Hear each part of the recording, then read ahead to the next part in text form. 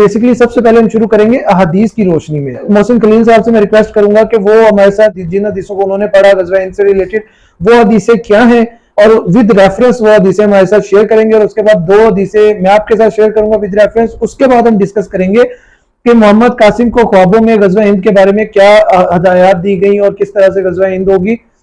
اور سب سے main point کہ غزوہ ہند کو غزوہ کا نام کیوں دیا گیا یہ بھی ہم آپ کو انشاءاللہ اس ویڈیو میں بتائیں گے. تو محسن صاحب آپ سب سے پہلے ہمارے ویورز کو یہ بتائیں کہ کون سی ایسی احادیث ہیں اور کون سی بکس میں ہیں اور ان کا ریفرنس کیا ہے. کائنڈلی وہ حدیثیں اگر آپ ہمیں سنائیں اور پڑھ کے بتائیں کہ ان حدیثوں میں غزوہ ہند کا کیا ذکر موجود ہے. جی حمزہ بھائی ماشاءاللہ بڑا اچھا ڈسکرائب کیا آپ نے. لوگ اپنے ریویوز دیتے رہتے ہیں جو محمد قاسم کے خوابوں پر یقین کرتے ہیں. غزوہ ہند جو محمد قاسم نے اپنے خوابوں میں دیکھا ہے وہ بیسیکلی وہ بتاتے ہیں کہ غزوہ ہند میں رسول اللہ صلی اللہ علیہ وسلم کی غیبی شرکت ہوتی ہے اس جنگ میں, اور جو اس وقت سربراہ مملکت ہوتا ہے اور آرمی چیف ہوتا ہے ان کو اس بارے میں علم ہوتا ہے کہ یہ اب جو ہے جنگ میں رسول اللہ صلی اللہ علیہ وسلم خاتم النبیین اس جنگ میں غیبی شریک ہے, مطلب اس لیے اس کو غزوہ کا نام غزوہ کہا گیا. بیسیکلی یہ کوسچنز بہت سارے لوگ کرتے تھے کہ باقی جنگوں کو ورلڈ وار 3 اور اس طرح کا نام دیا گیا تو اس کو غزوہ ہند کیوں, اور حضور پاک صلی اللہ علیہ وسلم نے حدیث میں غزوہ ہند کیوں کہا گیا, اور اس کا آنسر ہمیں آج تک نہیں ملا تھا. لیکن محمد قاسم نے جیسے اپنے خواب میں دیکھا کہ میں نے خواب میں یہ دیکھتا ہوں کہ غزوہ ہند میں غیبی طور پہ رسول اللہ صلی اللہ علیہ وسلم کی شرکت ہوگی انشاءاللہ. اب اسی سے ریلیٹڈ ایک بھائی تھے کراچی کے, انہوں نے حدیث کوٹ کی کہ یہ حدیث میں اس طرح سے ہے, اور آپ محمد قاسم کے خوابوں کو دیکھ لیں کہ وہ اپنے خوابوں کے بارے میں کیا بتا رہے ہیں. میں آپ کو حدیث سناتا ہوں word by word with reference number. سنن نسائی کی حدیث نمبر 3177 جس میں رسول اللہ صلی اللہ علیہ وسلم کے غلام حضرت ثوبان رضی اللہ تعالیٰ عنہ سے روایت ہے کہ رسول اللہ صلی اللہ علیہ وسلم نے فرمایا میری امت میں سے 2 جماعتوں کو اللہ تعالیٰ نے آگ سے آزاد فرما دیا ہے,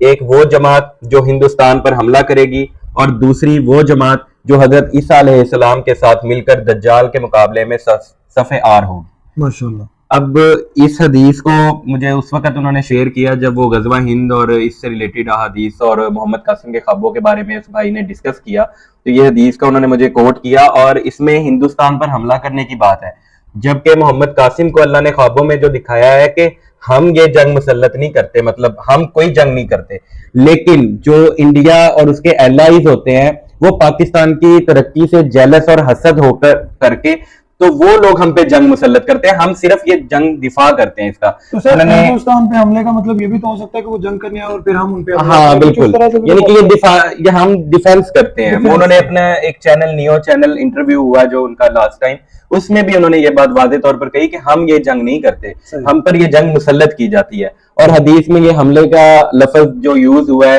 تو اس میں بہت سے لوگ یہ سمجھتے ہیں کہ شاید ہم ہی جنگ کرنا چاہتے ہیں اور جی آؤ اور ہم نے بھی حملہ کرنا ہی ہے نا, بالکل ہم کھڑے. اب دیکھیں اگر ہم سے کوئی جنگ کرنے آتا ہے تو ہم نے دفاعی حملہ, اور اس میں بھی وہ محمد قاسم بتاتے ہیں کہ جو خوابوں میں اللہ نے ان کو پلاننگز دکھائی ہیں کہ ہم جو جنگ بھی ہے وہ رسول اللہ صلی اللہ علیہ وسلم کے بتائے ہوئے طریقوں کے مطابق لڑتے ہیں, اور ہم بوڑھے اور بچوں کا اور عورتوں کا خیال رکھتے ہیں جنگ میں, اور انڈیا میں جو مسلم ہوں گے ان کا بھی ہم خیال کریں گے. اور اس کے علاوہ بھی کوئی حدیث ہے جو آپ ہمارے ساتھ کوٹ کرنا چاہیں گے؟ جی بالکل, یہی حدیث جو نسائی میں موجود تھی, یہی مسند احمد کی 12475 نمبر حدیث ہے جس میں رسول اللہ صلی اللہ علیہ وسلم یہی الفاظ ہیں ان کے, اور حضرت ثوبان رضی اللہ تعالیٰ عنہ سے یہ حدیث روایت ہے. آپ صلی اللہ علیہ وسلم نے فرمایا میری امت کے 2 گروہوں کو اللہ تعالیٰ نے جہنم سے محفوظ کر لیا, اگر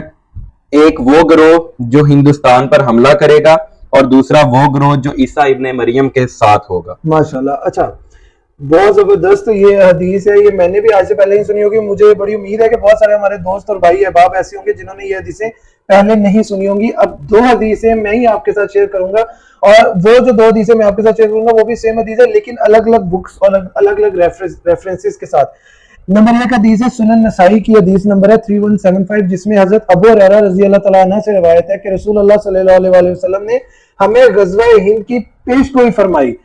اگر میں نے اس غزوے کو پا لیا, یہ حضرت ابو ہریرہ رضی اللہ عنہ کے الفاظ ہیں کہ اگر میں نے اس غزوے کو پا لیا تو اس میں اپنا جان مال صرف کر دوں گا, پھر اگر میں اس میں مارا گیا تو میں افضل شہداء میں شمار ہوں گا, اور اگر زندہ واپس آ گیا تو پھر میں آپ کی پیش گوئی کے مطابق, آپ صلی اللہ علیہ وسلم کی پیش گوئی کے مطابق آگ سے آزاد ابو ہریرہ کہلاؤں گا. ماشاءاللہ. اور اسی طرح سے ایک دوسری بک میں جو مسند احمد کی حدیث نمبر ہے 4877،